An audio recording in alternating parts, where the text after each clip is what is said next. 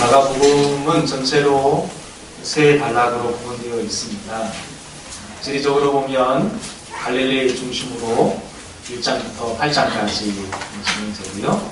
8장 후반부부터 이제 10장까지 갈릴리에서 예루살렘으로 올라오는 상경기 본문이 있습니다. 그리고 11장부터 16장까지 예루살렘에서 마지막 일주일을 다루고 있습니다. 오늘 본문은 그 상경기 단락 마지막 이야기입니다. 10장 마지막 단락인데요. 예수님께서 갈릴리에서 예루살렘으로 여행을 시작할 때 첫 번째 그리고 마지막으로 행했던 기적이 바로 맹인을 고치는 사건입니다. 제가 주보에 구조를 잘 적어놓았으니까 구조를 참고하시면 좋겠습니다. 여행을 출발하실 때에도 맹인을 고치셨던 주님, 이제 그 여행의 마지막 단락에서도 맹인을 치료하시고 있습니다. 여리고에서 예루살렘으로 올라가는 마지막 단락 그 사건에서 주님은 맹인 바디메오를 고치고 있습니다. 이런 본문은 앞의 이야기와 문맥을 같이 연결해서 보아야 이해가 쉽습니다. 우리 지난주 세베대의 두 아들 야고보와 요한에 대해서 들었습니다. 정말 인생 가관이었습니다. 정말 그들이 3년 동안 예수를 따르는 참 제자였나 싶을 정도로 의심이 들 정도로 가관이었습니다. 다른 제자 모르게 이제 예수님께서 예루살렘에 오르시면 정치적으로 왕 위에 등극할 걸 예상하고 미리 백을 써서 인사 청탁을 했습니다. 그걸 바라보는 모든 10명의 제자들도 똑같이 분노하고 똑같이 화를 내고 있었습니다. 다 그놈이 그놈들이었습니다. 예수님의 42절의 말씀처럼 10장 42절의 예수님의 말씀처럼 세상의 집권자들이 되기를 원했습니다. 그들은 예수님 덕분에 신분 상승을 꿈꾸었고 자신들의 탐욕을 노골적으로 드러내었습니다. 예수를 따르고자 하는 제자들의 믿음이 고작 이 정도였다는 것이 오늘 마가의 서슬퍼런 비판입니다. 그 경쟁 이후에 예수님은 순환을 예고하시고 그리고 자기가 이 땅에 오신 목적을 설명하신 후에 오늘 이야기로 연결되고 있습니다. 자연스러운 이야기의 흐름처럼 보이지만 사실은 그 두 이야기가 이렇게 대조를 이루고 있는데요. 36절 말씀을 찾아서 읽어보시면 좋겠습니다. 36절입니다. 시작. 너에게 무엇하여 주기를 원하느냐. 무엇하여 주기를 원하느냐. 밑줄을 그으시고요. 51절, 오늘 본문 51절도 같이 읽어보면 좋겠습니다. 시작. 예수께서 말씀하여 이르시되 내게 무엇하여 주기를 원하느냐. 맹인이 이르되 선생님이여 보기를 원하느냐. 거기 무엇하여 주기를 원하느냐. 밑줄을 두시면 되겠습니다. 즉 앞에 두 제자의 이야기와 오늘 맹인의 이야기는 무엇을 원하느냐 이 질문으로 서로 연결되어 있다고 할 수가 있습니다. 두 제자는 예수님의 오른쪽과 왼쪽을 원했고 오늘 맹인은 다시 보기를 원했습니다. 그래서 마가복음 전체 안에서 보면 9장 마지막 단락에 첫째 된 자가 마지막 되고 마지막 된 자가 첫째 된다는 그 말씀이 여기에 적용되는 것입니다. 원하는 것이 무엇이냐에 따라서 첫째였던 제자가 맹인이 될 수도 있고 맹인이었던 이 사람이 참 제자가 될 수도 있다는 것입니다. 무엇을 원하느냐? 이것이 오늘 우리가 이 본문 안에서 생각해 보아야 될 화두입니다. 오늘 예수님이 무엇을 원하는지 알지 못했던 야고보와 요한의 이야기 다음 보기를 원하는 이 거짓 맹인의 이야기가 서로 연결되어 있다는 이 사실을 여러분 꼭 기억하십시오. 무엇을 구하는지 알지 못하는 12명의 제자는 사실 오늘 본문에 등장하는 영적인 맹인이며 자리다툼을 하고 있는 그들이야말로 영적으로 거지라는 것을 오늘 마가는 우회적으로 우리에게 알려주고 있는 것입니다. 예수님은 예루살렘 길, 그 십자가의 길, 그 길을 걸어가고 있는데 제자들은 자리다툼을 하고 있으니 그들의 믿음과 그들의 따름이 오늘 본문에 등장하는 맹인과 별반 다르지 않다는 것입니다. 반대로 내 믿음이 너를 구원하였으니 그 길로 그 길에서 예수를 따르는 이 맹인이야말로 예수님이 그토록 찾고 원했던 참 제자가 아닐까 싶습니다. 오늘 이 두 이야기의 극단 가운데 오늘 우리는 겉으로는 성도이지만 실제로는 먹고 사시고 마시고 또 풍요로움을 추구하는 영적 거짓 성도들은 아니다. 겉으로는 거룩을 말하지만 실제로는 자리에 연연하는 영적인 맹인의 목사는 아닌지 그 부분을 본문 안에서 살펴보기를 원합니다. 특별히 오늘 이 맹인이 겉옷을 훌훌 털어버리고 예수를 따랐던 것처럼 오늘 이 이야기 안에 한 걸음 더 들어가 우리가 벗어야 할 겉옷들은 무엇인지를 한번 살펴보기를 원합니다. 먼저 예수님은 맹인과 거지 안에서 서로의 움직임을 포착하고 있는데 46절의 말씀을 읽어보도록 하겠습니다. 시작! 그들이 여리고에 이르렀더니 예수께서 제자들과 허다한 무리와 함께 여리고에서 나아가실 때 디모의 아들인 맹인 거지 바디메오가 길가에 앉아다가 예수님은 예루살렘으로 가기 위해 마지막 도시인 여리고에 도착하십니다. 예루살렘은 지리적으로 높은 곳에 있기 때문에 여리고에서부터는 이제 계속 오르막길을 걸어가셔야 합니다. 그런데 오늘 본문은 한 명 맹인에게 집중하고 있습니다. 그의 이름은 바디메오입니다. 바디메오라는 것은 디메오의 아들, 디메오 이런 뜻입니다. 그런데 이 디메오라는 뜻이 중요합니다. 티마이오스, 이 헬라어는 타메라는 히브리어에서 왔는데요. 이 뜻은 불결하고 더럽다 그런 뜻입니다. 그래서 바디메오를 오늘 우리 언어로 표현하면 불결하고 더러운 티메오의 아들이 되는 것입니다. 아주 거지의 이름으로는 가장 적합한 이름이 아닐까 싶습니다. 어떻게 아들 이름을 이렇게 지었습니다. 아마 이것은 주변 동네 사람들이 그렇게 불렀던 이름 같습니다.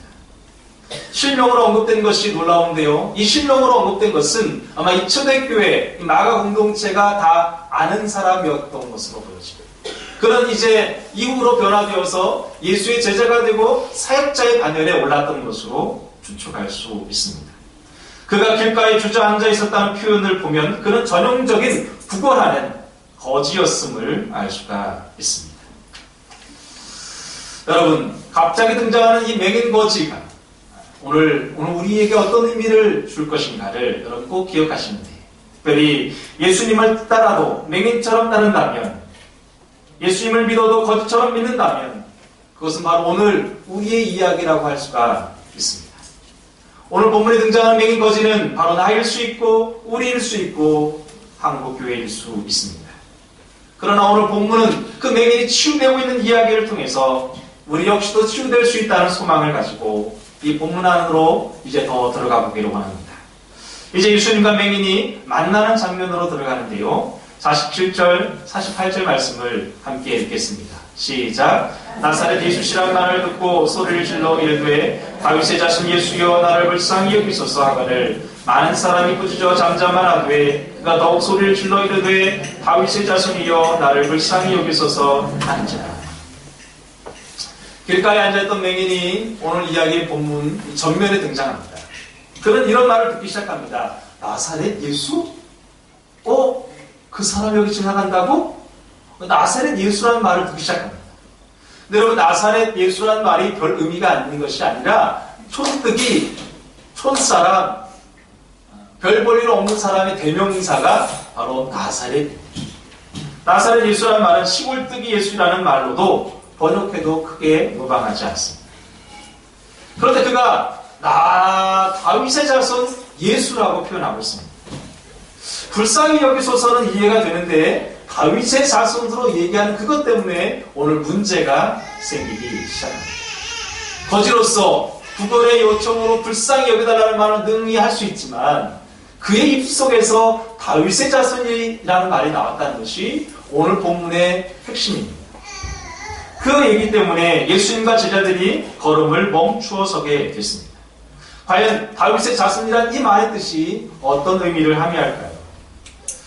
그것은 신앙의 고백이라고 보기보다는 바로 예수님을 그 당시 정치적인 메시아로 인식했다고 할 수가 있습니다. 로마의 지배를 받고 있던 이스라엘에게 하나의 여망이 있었다면 메시아가 나타나서 이 로마의 지배에서 우리를 구원해낼 메시아, 그런 정치적 지도자를 꿈꾸고 있었습니다. 바로 다윗의 자손 예수요, 이 말은 정치적 지도자 메시아를 의미한다 할 수 있습니다. 만지시 이 로마의 지배 안에 있었던 이스라엘 사람에게 다윗의 자손 예수요, 이 말은 되게 불온하고 구테타를 일으킬 만한, 그래서 정치적으로 억압을 당할 만한 그런 언사라고 할 수가 있습니다. 실제로 여러분, 이 다윗의 자손이란 이 말은 뒤후에 11장 11절에 보면 예수님께서 예루살렘에 입성하실 때 무리들이 뭐라고 말하냐면 찬송하리로다 오는 우리 조상의 다윗의 나라여 가장 높은 곳에서 호산나 하더라. 다윗의 나라여, 이렇게 표현했습니다. 지금 입성에 오는 저 사람은 우리를 다윗의 나라로 회복시켜줄 그 메시아라는 칭언하는 것입니다. 15장 2절에도 보면 신문을 받으실 때 빌라도가 예수님께 내가 유대인의 왕이냐라고 물었죠. 또 로마 군병도 내가 유대인의 왕 만세요 라며 조롱하면서 예수님의 옷을 찢었습니다. 종교 지도자들 역시 이스라엘 왕 그리스도여 이제 십자가에서 내려오라. 그러면 내가 너희를 믿겠다. 그렇게 조롱합니다. 다시 말해서 오늘 다윗의 자손 혹은 이 메시아, 이런 모든 표현은 그 당시 상황으로 보면 정치적인 지도자를 연망했던 그 사람들의 인식이라고 할 수가 있습니다. 여러분, 이런 기밀하고도 중요한 이야기가 바로 공공장소에서 발설되었기 때문에 예수의 제자들이 그들을 꾸짖습니다. 다윗의 자손 예수라는 호칭이, 근데 중요한 것은 맹인의 입에서 터져나왔다는 것입니다. 마가복음 전체에서 제일 첫 번째로 언급됐던 이 사람이, 그 이야기가 다윗의 자손이란 이 말이 바로 오늘 본문 맹인의 입에서 처음 언급되어지고 있습니다. 여러분, 여기에 마가의 의도가 숨어 있습니다. 보지 못하는 맹인이 예수님을 다윗의 자손으로 부르는 것, 이것은 무엇을 의미할까요? 예수님을 다윗의 자손으로 생각한 그 사람 보지도 못하고 예수님을 다윗의 자손이라고 인식했습니다. 이 말을 좀 비꼬아서 얘기하면 예수님을 다윗의 자손 예수로 생각하는 누구도, 어느 누구도 다 맹인일 수 있다는 이야기입니다. 한 번은 베드로가 마가복음 8장 29절에 주는 그리스도시오라고 고백했다가 예수님께 된소리를 맞았습니다. 너 그리스도란 말 함부로 쓰지 마. 조용히 해. 그것은 베드로가 예수님을 그리스도로 인식하긴 했지만 정치적인 그리스도로 인식했기에, 그 안에 그릇된 기대가 있었던 것을 인식했기에 예수님께서 항구 명령을 내리신 것입니다. 진실로 예수님이 어떤 분인지를 깨닫지 못하고 보지 못하는 한 그들이 예수를 따른다 해도 여전히 자기 욕망과 자기 욕심 안에서 예수를 따르는 것에 불과한 것입니다. 중세 종교개혁 시기에 독일은 종교개혁의 피바람이 불 때 이 스페인 남부지방의 한 수도사가 예수님을 묵상하는, 예수님의 생애를 묵상하다가 회심한 한 사람이 있습니다. 가톨릭 의회의 수도자가 됐지만 그의 이름은 이냐시오 로율라입니다. 그가 그렇게 평생을 40년 동안 그리스도의 생애를 묵상하면서 수도자의 생활을 살면서 모든 사람에게 적절한 그리스도의 영성 수련에 대한 책을 썼습니다. 영신 수련이라는 책인데요. 그 책에 보면 영적으로 식별가를 하는 방법 중에 이 재물에 관한 식별의 방식의 챕터가 있습니다. 재물에 대해서 3가지 부류가 있다는 거예요. 보통 2가지 부류가 있어 보이는데, 근데 3가지 부류가 있다는 거예요. 재물에 대한 애착을 3가지 부류로 정리하는데요. 첫 번째 부류는 이래요. 하나님을 만났어요. 여전히 재물에 애착이 있어요. 그래서 하나님을 더 섬기고 싶어서, 애착을 버리고 싶어서 재물을 내어놓으려고 하는데 생각만 하고 말만 할 뿐 실제로는 아무런 행동도 하지 않는 사람. 이런 부류가 있어요. 마치 성경에 거지 나사로가 살았던 그 집 주인. 평생을 그 집에 거지로 살았지만 한 번도 집주인으로부터 무언가를 받아보지 못한 사람. 거지를 위해서 한 번도 나누어 보지 못한 사람. 이런 사람이 첫 번째 부류라고 할 수가 있습니다. 두 번째 부류는 이 재물에 대한 애착을 끊으려고 부재를 하기는 해요. 헌금도 합니다. 교회에 갖다 내기도 합니다. 바치기도 합니다. 그런데 여전히 그 재물에 대한 소유권이 자기에게 있는 사람. 헌물을 하고 헌신을 하지만 여전히 소유권이 자기에게 있는 거예요. 재물의 주체가, 쓰임의 주체가, 소유의 주체가 여전히 자기에게 있는 사람이죠. 이런 사람을 지난주에 등장하는 부자 청년에 해당한다 할 수 있습니다. 그 사람은 평생을 부자했던 사람이에요. 잘 부자했던 사람입니다. 그런데 한 가지 단계를 넘지 못했죠. 세 번째 부류가 어떤 사람이냐면 재물을 갖는 것과 갖고 있지 않은 것에 구애를 받지 않는 사람. 정말 재물의 애착에서 떠나서 자유로운 사람이죠. 주님을 따르기 원하고 주님을 더 봉사하고 주님을 더 참여하기를 원하는 사람. 그래서 돈을 버는 것도 돈을 쓰는 것도 그런 것에 전혀 지배를 받지 않는 사람이죠. 마치 바울과 같은 사람입니다.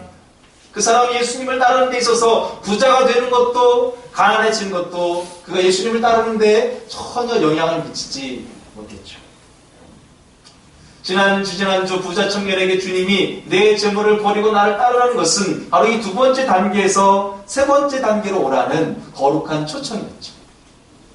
그런데 부자 청년은 그 부르심을 거절하고 말았습니다. 여러분, 부자 청년뿐 아니라 지난주 지위를 가지고 다퉜던 제자들도 마찬가지입니다. 예수님을 따른다고 하지만 그들의 목적은 여전히 자신의 신분 상승에 있었습니다. 예수 팔아 장사하고 예수 팔아 목회하는 모든 사람이 여기에 들어있다고 할 수가 있습니다. 어느 사람이 그런 얘기 하더라고요. 대한예수교 장로회라고 했더니 아니라는 거예요. 대한예수교 팔아 장사하는 교회라는 거예요. 이것이 세상이 교회를 바라보는 우리의 시선입니다. 예수의 이름으로 자기 이득을 취하고 예수의 이름으로 자기 사업의 안전을 도모한다면 모두 영적인 맹인인 것입니다. 영적인 거지에 불과한 것이죠.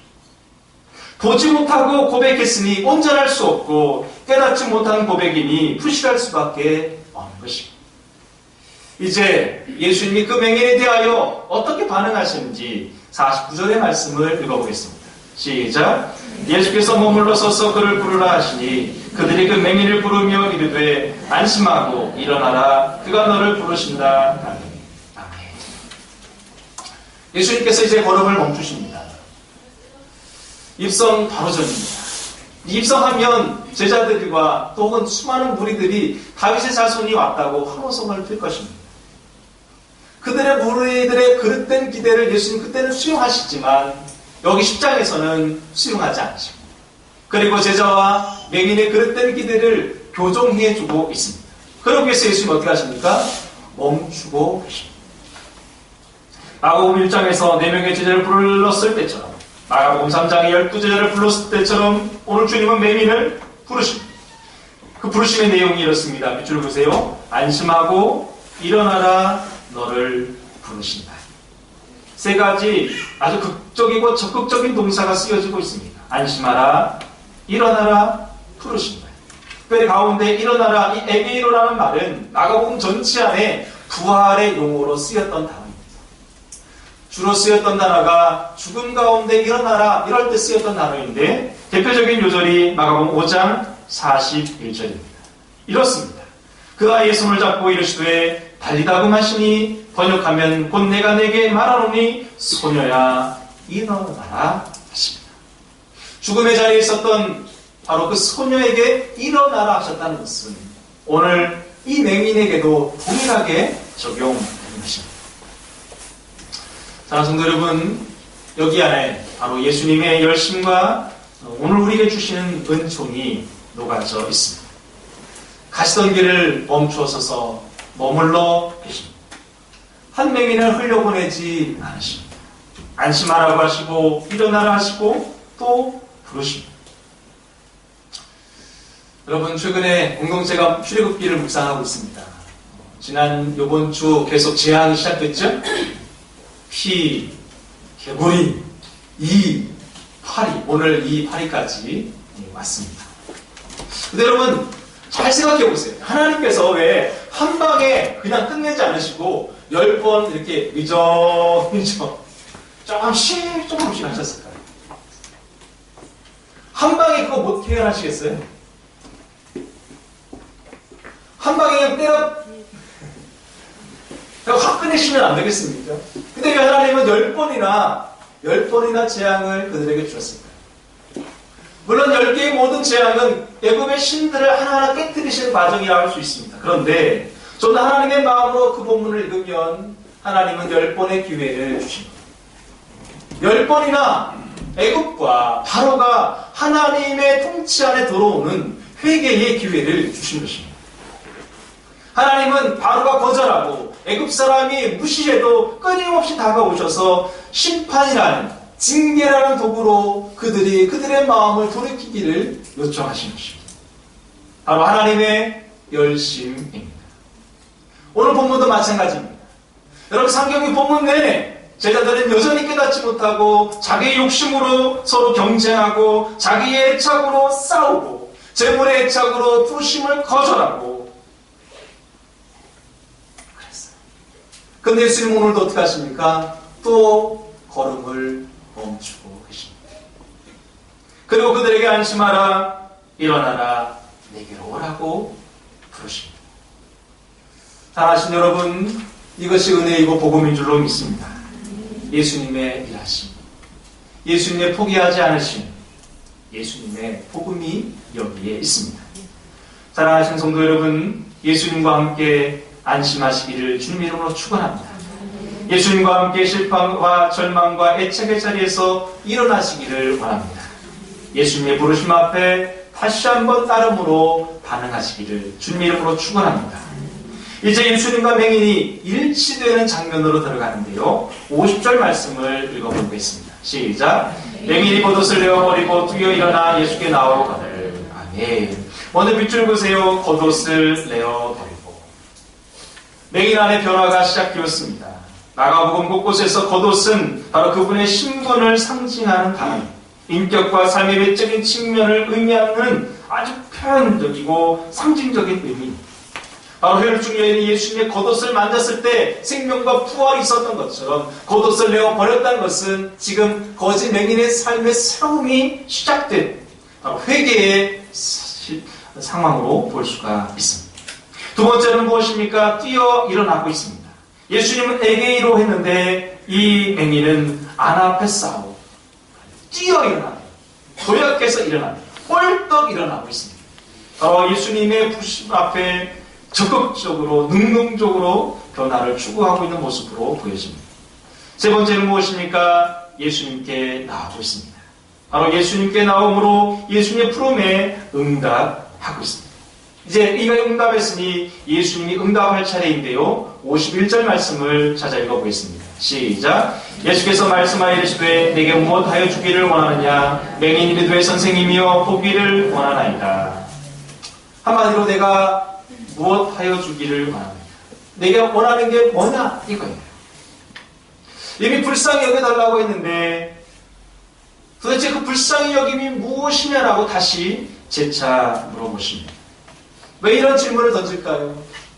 바로 그 맹인이 추구하는 것이 무엇이냐고 확인해 보시는 것입니다. 여러분, 우리가 마태복음 6장에서 예수님께서 그렇게 말씀하시죠. 먹을 것과 입을 것과 마실 것을 구하는 것은 이방인들이 구하는 것이다. 우리가 예수님 안에서 믿음으로 살아가지만 여전히 먹을 것과 마실 것과 입을 것을 구하고 있다면 그것은 포장된 표현으로 기복신앙이지요. 오늘 본문에 의하면 그건 거짓신앙인 것입니다. 여러분, 사도행전 3장에 안진뱅이가 성전 문 앞에서 구걸하고 있습니다. 바로 그 당시 유대교 신앙을 그대로 표현하고 있는데요. 여러분, 사도들이 그들에게 무엇이라고 말합니까? 은과 금은 없거니와 내가 있는 것 내게 주노니 나사렛 예수의 이름으로 일어나 걸어라고 하십니다. 은과 금을 추구하지 말고 예수 그리스도의 이름을 추구하라, 그런 말씀인 거죠. 여러분, 그런데 이보다 더 고급스러운 거지들이 우리들 안에 있습니다. 바로 예수를 따른다고 하는 우리가 바로 이 고급스러운 거지들이 아닌가 모르겠습니다.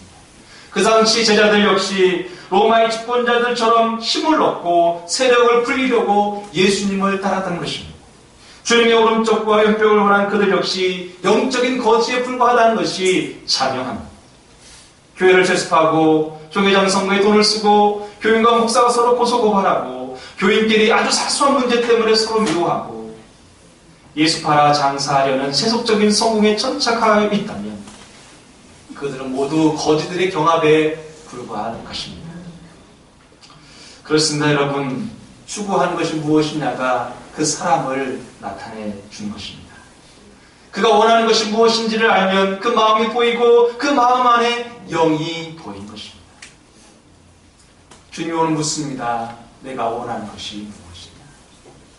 여러분 고개를 들어보십시오. 여러분에게 동일하게 오늘 질문하십니다. 여러분 정말 원하는 게 무엇입니까? 지금 딱 떠오른 대답이 지금 여러분의 실존을 말합니다. 여러분 정말 원하는 게 무엇입니까? 정말 원하는 게 뭐예요? 자원분 잘 모르시는 분도 더 많아요. 정말 내가 원하는 게 뭐지? 여러분 정말 원하는 게 뭐예요? 오늘 여기 예배 드리시면서 정말 원하는 게 무엇입니까? 이 실존적인 질문 앞에 우리가 대답을 할 수가 있어요. 여러분, 오늘 그는 이렇게 대답합니다. 선생님이여, 보기를 원하나이다. 이 보기를 원한다, 이 말은 아나플레토입니다. 아나라는 말은 위로라는 뜻도 있고 다시라는 뜻도 있습니다. 내가 당신을 우러러 보겠습니다. 이런 말도 되고 내가 당신을 다시 쳐다보기를 원합니다. 이런 말도 되는 것입니다. 오늘 네가 원하는 것이 무엇이냐? 그는 우러러 보기를 원합니다. 다시 보기를 원합니다. 그렇게 고백하고 있습니다. 그 사람은 평생을 다하도록 돈 몇 푼을 추구했던 그런 사람들, 지나가는 사람이 돈 몇 푼 던져주면 그것으로 만족했던 사람입니다. 그런데 오늘 그가 무엇을 원합니까? 예수 그리스도를 우러러 보기를 원합니다. 내가 예수 그리스도를 다시 보기를 원합니다. 그렇게 고백하는 것입니다. 물질의 축복을 원했던 그가 깨닫기를 원하는 구도자가 되기를 소망하고 있습니다. 이 변화가 어찌 놀랍지 않을 수 있습니까? 원하는 것이 바뀌었으니 그 사람 안에 변화가 일어나는 것이 어쩌면 당연한 것이 아니겠습니까? 그들은 눈뜨기를 원했습니다. 그것은 오늘로 보면 깨달음이고 그 깨달음은 믿음으로 볼 수가 있는 것입니다. 그래서 예수님 오늘 52절에 그의 믿음을 이렇게 칭찬하십니다. 52절 말씀을 읽어보겠습니다. 시작. 예수께서 이르시되 가라 내 믿음이 너를 구원하여 되리라 하시니 그가 곧 보게 되어 예수를 길에서 따르니라. 보기를 원하는 그 열망을 예수님은 그대로 믿음으로 수용해 주셨습니다. 여러분 맹인으로서 본다면 오늘 우리에게는 무엇을 의미할까요? 그것은 바로 깨달음입니다.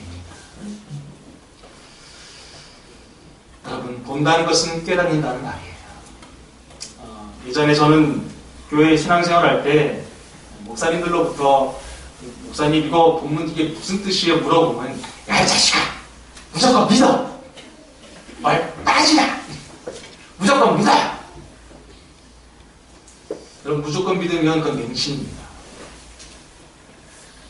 깨달음이 없는 믿음은 그건 맹신이죠. 매일매일 말씀이 어떠함을 상고하고 그 가운데 깨달음 안에서 믿어가는 것이 참 믿음인 줄로 믿습니다. 네.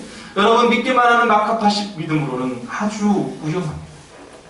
믿음의 눈으로 깨달음의 눈으로 주를 다시 바라보는 것, 이것이 오늘 한국교회와 우리 안에 회복되어야 될 큰 주제인 줄로 믿습니다. 네. 여러분 예수를 믿는다는 것은 예수를 본다는 거예요.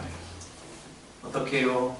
내 식대로 믿는 것은 내 욕심으로 믿는 거고 예수님을 제대로 보면 제대로 믿을 수가 있는 것입니다. 예수님을 어떤 분으로 바라보느냐 그것이 깨달음을 연결시키고 그것이 믿음으로 흘러가게 된 줄로 믿습니다. 여러분 예수님을 어떻게 보고 있습니까? 오늘 맹인과 제자들은 세상의 왕으로 예수님을 인식했습니다. 근데 예수님 그렇지 않다는 거예요. 예수님의 예수님됨을 한번 마가복음에서 보여주신 적이 있는데 마가복음 9장 7절 말씀입니다. 한번 찾아서 읽어보실까요? 마가복음 9장 7절.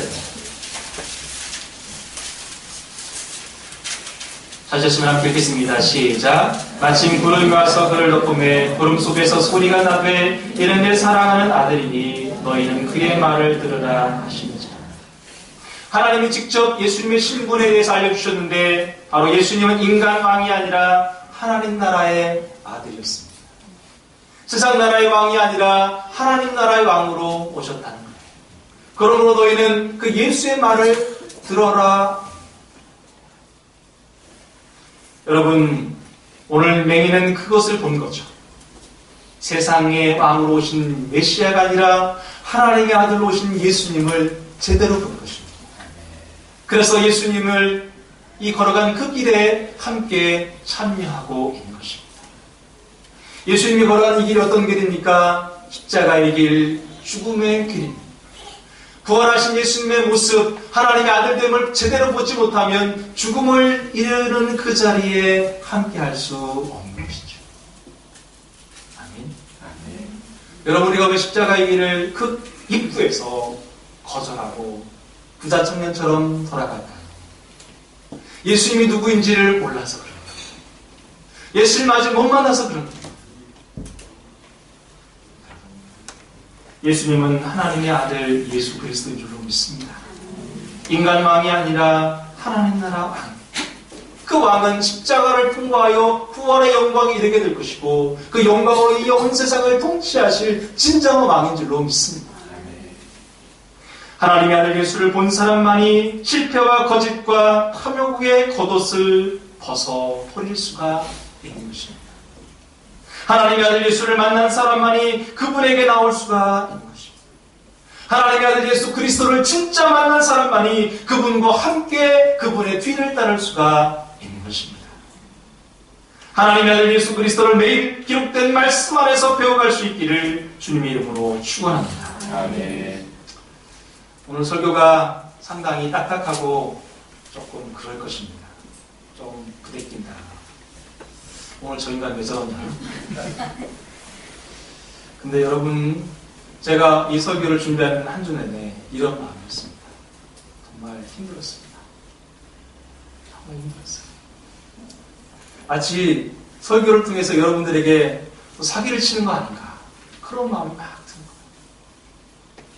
혹시 내가 맹인인데, 나도 맹인인데 누구에게 이렇게 가라 저렇게 가라 소경에서 막 소경을 인도하는 느낌이 막 드는 거예요.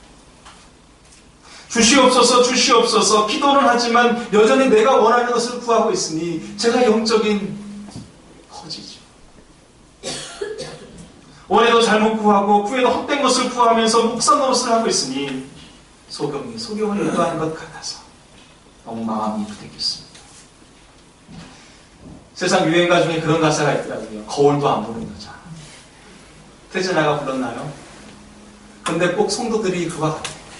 말씀도 안 보는 성도. 말씀 앞에 자신을 비춰보지 않으니 영적으로 누추하고 더러운 영적 거지가 오늘 우리의 성도들의 모습이 아닌가 싶습니다. 자기 긍정의 사고방식에 취하여 자기 성찰이라고 눈꼽만치도 찾아볼 수 없는 우리들. 그저 먹고 마시고 입는 것에만 목매어 산다면 우리 역시 모두 영적인 맹인이며 영적인 거지가 아닐까 싶습니다. 사랑하는 성도 여러분, 우리가 이 지경에 이르렀다면 이제 어떻게 해야겠습니까? 주님이 지금 이 자리에 머물러 계십니다. 우리는 어떻게 반응해야 되겠습니까? 우리의 위장되고 위선된 겉옷을 훌훌 벗어버렸으면 좋겠습니다. 우리 안에 눌려 있었던, 우리를 누르고 있었던 타인에 대한 원망도, 이 지나간 시간의 아쉬움도, 교회에 대한 서운함도, 물질에 대한 애착도 훌훌 버렸으면 좋겠습니다. 그리고 말씀 안에 부단히 깨달아가는 과정을 통해서 예수님을 제대로 배우고 예수님을 제대로 보면서 제대로 된 신앙생활을 했으면 좋겠습니다. 아멘. 그래서 예수님처럼 온전해지기를 주님의 이름으로 축원합니다. 아멘. 오늘 이 맹인의 고백, 주여 내가 다시 보기를 원합니다. 여러분, 오늘 말씀 다 잃어버려도 내가 다시 보기를 원합니다. 이 고백이 이 살아가는 한 주간 우리의 가슴에서 울림으로 남았으면 좋겠습니다. 아멘. 우리 눈 감기 때가 올 겁니다. 눈 감을 때가 올 것입니다. 다 개인의 종말이 있지요. 여러분, 제대로 눈을 감기 위해서는 오늘 제대로 눈을 떠야 될 줄로 믿습니다. 아멘. 정말 우리 모두에게 눈 감을 때가 오거든요. 그때를 위해 잘 떠서 주님을 잘 보시기를 주님 이름으로 축원합니다. 아멘. 기도하겠습니다.